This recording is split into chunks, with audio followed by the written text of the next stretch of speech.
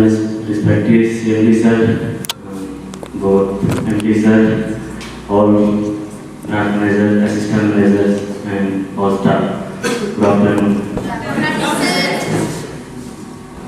सबसे पहले बहुत खुशी भी हो रही है और अच्छा भी लग रहा है कि हम सही टाइम पे सही जगह पे सही लोग कर रहे हैं।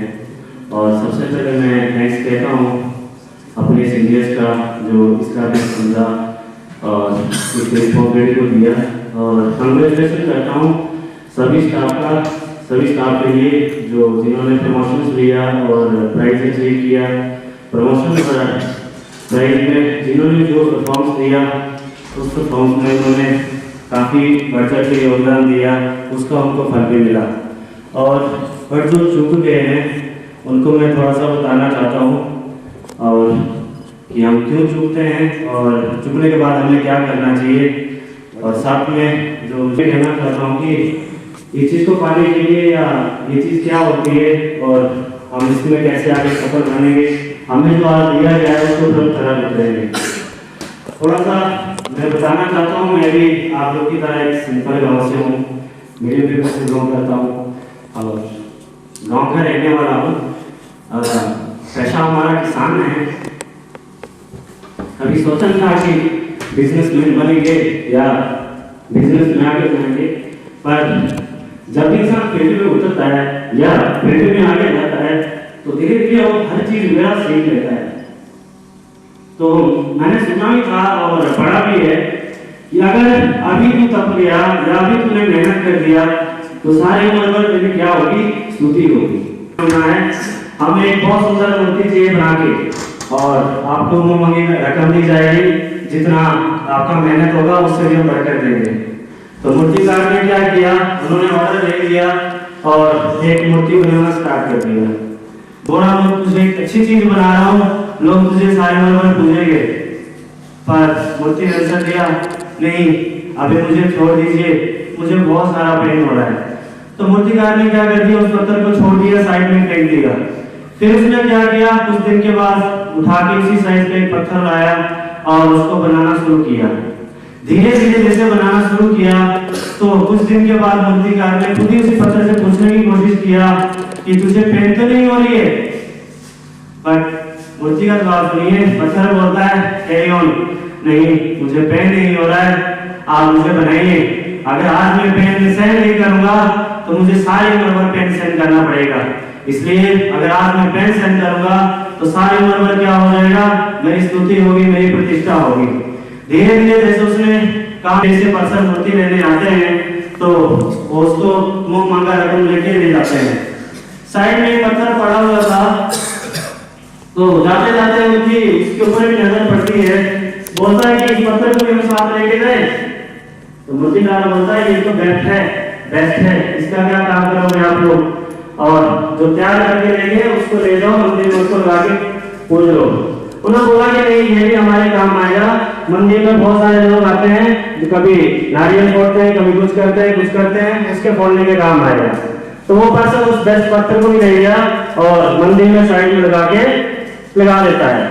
तो हर रोज क्या होता है, बहुत सारे लोग आते हैं वहां पे और नारियल फोड़ते हैं, जय जयकार करते हैं और एक मूर्ति की पूजा करते हैं और दूसरे मूर्ति के ऊपर क्या कर रहे हैं, नारियल फोड़ रहे हैं। तो कुछ टाइम के बाद क्या होता है, वो जिसके ऊपर नारियल पड़ते हैं उस पत्थर से आवाज आती है, और मूर्ति को बोलती है तेरे कितने मजे हैं, कितने आनंद है, तूने सिर्फ 2 साल दर्द सहन किया, आज सारे लोग क्या कर रहे हैं, तेरी प्रतिष्ठा कर रहे हैं। काश उस टाइम मैंने थोड़ा सा दर्द सहन किया होता तो आज मेरे ऊपर मेरी ठुकाई नहीं होती, मेरे ऊपर नारियल नहीं पड़ते, आज मेरी भी लोग प्रतिष्ठा करते हैं। सेम इसी तरह से जैसा पत्थर होता है, पत्थर की किस्म की क्या चीज बन जाती है, कुछ ऑर्डिनरी पत्थर होता है जिसकी कोई रिस्पेक्ट नहीं होती है, पैर के नीचे आ जाता है, कुछ ऐसे पत्थर होते हैं जिसकी हम पुजवानी सारी उम्र भर करते हैं। सेम उसी तरह से इंसान मटेरियल, ठीक है, सारे हम लोग पहाड़ के रहने वाले हैं, जमींदार के बच्चे हैं, सभी मेहनत करते हैं, मेहनत करने में विश्वास करते हैं। तो सेम मैं भी ऐसे आया हूँ गांव से, जैसे आप लोग भी आए हैं। तो शुरू में मैं इतना ही कहना चाहता हूँ कि शुरू में अगर दर्द सहन कर दिया, चाहे आपको फील्ड का है, शारीरिक तौर का है, मेंटली तौर का है, फैमिली का है, कहीं का भी है, तो कुछ टाइम तक का दर्द ही हो। वो दर्द ऐसा नहीं समझिए कि आपका वो पता नहीं सारी उम्र भर के लिए दर्द बन जाएगा। वो दर्द आपने इतना समझना है कि ये दर्द सिर्फ मेरे को हार्डली 1-2 साल जाएगा, 1-2 साल के बाद मेरी लाइफ अच्छी बन जाएगी। सेम हमें भी ऐसा एक पत्थर से सीखना चाहिए कि तकलीफ होती है, पेन सबको होती है, ऐसा कौन इंसान है जिसको तकलीफ नहीं होती है। पर थोड़ा सा सोचिए कि अगर उस तकलीफ का हमने सामना नहीं किया, वहां पे हम डटे नहीं रहे, क्या सारी उम्र भर के लिए वो तकलीफ को ले जाना जरूरी है? या सारी उम्र भर तकलीफ को सहन करना इजी है कि 1-2 साल तक तकलीफ को सहना इजी है? मेरे ख्याल से 1-2 साल तक तकलीफ को फेस करना इजी है और सारी उम्र के लिए टफ है। कहते हैं कि सही टाइम पे सही समय समझ आना बहुत जरूरी होता है, क्योंकि अगर सही टाइम पे सही समझ नहीं आती है तो समय बदलते हैं। कहते हैं इंसान अगर खुद बदल जाए तो कोई तकलीफ नहीं है, बट अगर समय बदलाएगा तो बहुत तकलीफ होती है, बहुत दर्द होता है। इसलिए हमें क्या करना है, खुद बदलना है। जीरो लेवल से जब भी हम बिजनेस में आते हैं, बिजनेस करते हैं, शुरुआत से लेकर हम हेल्थ मैनेजर होते हैं, ट्रेनर बनते हैं, टीम लीडर बनते हैं, असिस्टेंट मैनेजर बनते हैं, ब्रांच मैनेजर बनते हैं, ब्रांच मैनेजर से आज ऊपर भी अचीवमेंट्स कंपनी ने रख दिया, वहां तक भी हम लोग जाते हैं तो कैसे जाएंगे? वो है सही समय, जो ये 18 और 20 साल के आसपास का हमारा टीन एज होता है। अगर इस उम्र को हमने संभाल लिया, इस एज में हमने अपने आप को स्टेट कर लिया, इससे क्या होगा, हमें आगे से आगे अचीवमेंट करने का मौका मिलेगा। क्योंकि अगर समय के अकॉर्डिंग चेंज नहीं हुए, बाद में समय कैसे कैसे बदलता है, उससे बहुत सारी तकलीफ होती है।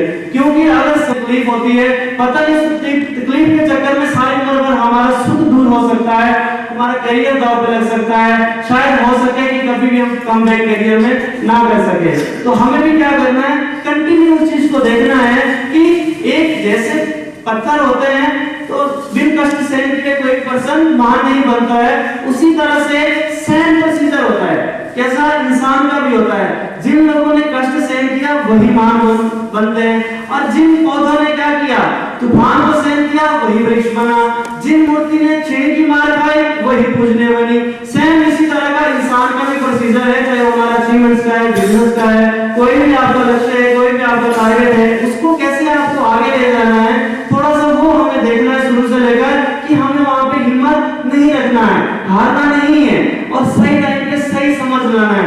सेकंड थोड़ा सा मैं बताना चाहता हूं कि राइट समय पे राइट संगति का होना भी बहुत जरूरी होता है। क्योंकि अगर सही समय पर हमें सही संगति नहीं मिलती है तो मैक्सिमम लोग संगत के कारण ही क्या हो जाते हैं, बर्बाद हो जाते हैं। क्योंकि हमारी संगत ही हमें डिफाइन करती है कि हम किन लोगों के साथ उठते हैं, किन लोगों के साथ बैठते हैं। सोसाइटी में जब हम चलना फिरना शुरू कर देते हैं, लोगों की नजरें जब हमारे ऊपर पड़ती है तो सबसे पहले वो संगति के ऊपर आती है, कौन सी कंपनी का पर्सन है, ठीक है, इनका क्या प्रोसीजर है, इनके साथ कौन कौन से लोग जुड़े हुए हैं। तो जो भी हमारी पहचान बनती है, सिर्फ हमारे माँ बाप हमें पढ़ा सकते हैं, लिखा सकते हैं, पैसा खर्च कर सकते हैं, बड़ा कर सकते हैं, ये हमारी संगत और कंपनी में सीनियर मेंबर्स है, वो डिफाइन करता हमारा लाइफ कैरियर कहां तक जा रहा है, कैसा जा रहा है। इसलिए हमें क्या करना है, सही संगति हमें आगे ले जा सकती है। जानकारी नहीं है, जानकारी तो आज की डेट में सबके पास है, इंटरनेट है, मोबाइल है,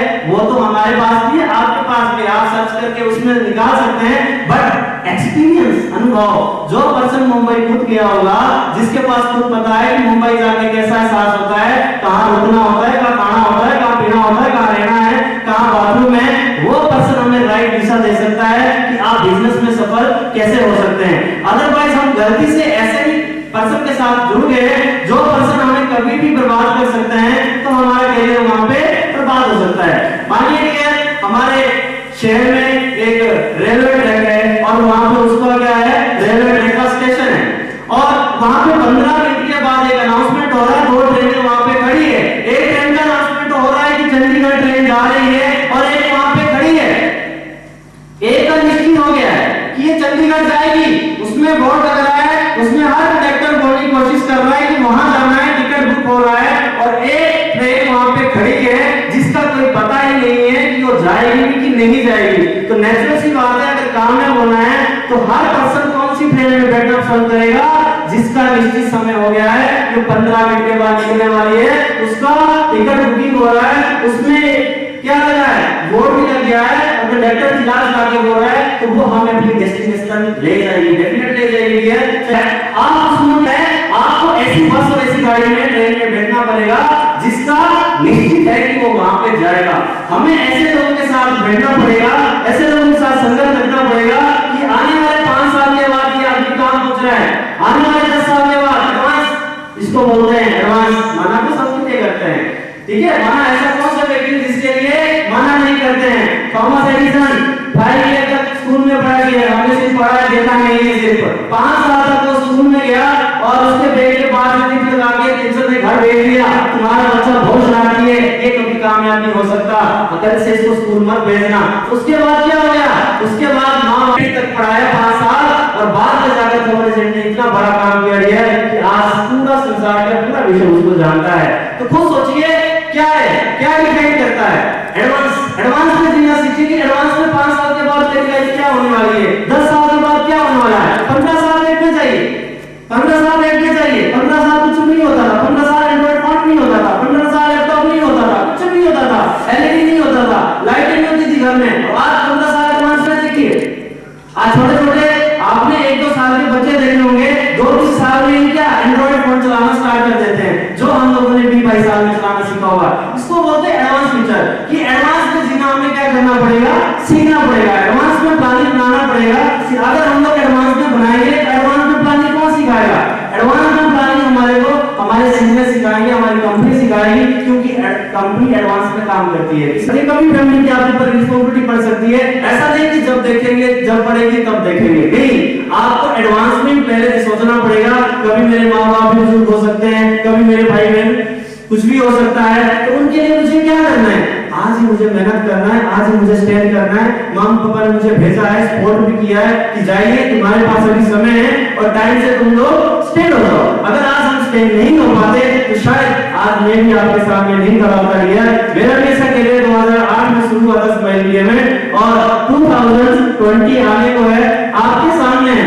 तो हमारे साथ बहुत सारे पर्सन्स आए गए, ऐसा नहीं है, बट मेरे साथ मेरी कंपनी थी, मेरे साथ मेरे सीनियर थे, वही थी मेरे फैमिली के। आज भी पर्सन बोलते हैं कि आपने हमारे से ज्यादा किसको इंपॉर्टेंस देनी है?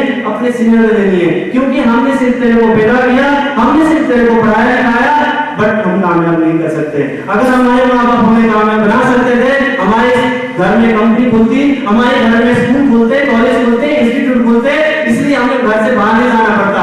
बट अगर सक्सेस होने के लिए घर से बाहर तो आना पड़ेगा। आज देखिए हम कहां के कितने गांव से, कितने डिस्ट्रिक्ट से आज इकट्ठे हुए हैं, क्योंकि बिन पसीने से हमें कुछ नहीं मिलेगा, पसीने तो बहाना पड़ेगा। चाहे आप ऑफिस में बैठे हैं, चाहे फील्ड में जा रहे हैं, घर से बाहर जाके हमें सीखने को मिल सकता है, और घर से बाहर सीखने को ही मिला है। आज वो परिणाम भी हमारे सामने है, तभी हम बहुत सारे लोग कामयाब हो रहे हैं, कामयाब होके आगे बढ़ रहे हैं। इसलिए मैं भी आप लोगों को यही राय दूंगा, और अंत में यही मैं अपने सीनियर का थैंक्स कहूंगा कि जो रिस्पांसिबिलिटी दी है, हम उस रिस्पांसिबिलिटी को खूबी से निभाएंगे और आगे बढ़ेंगे। आपने भी 2 चीजों का थोड़ा सा ध्यान रखना है, एक संगत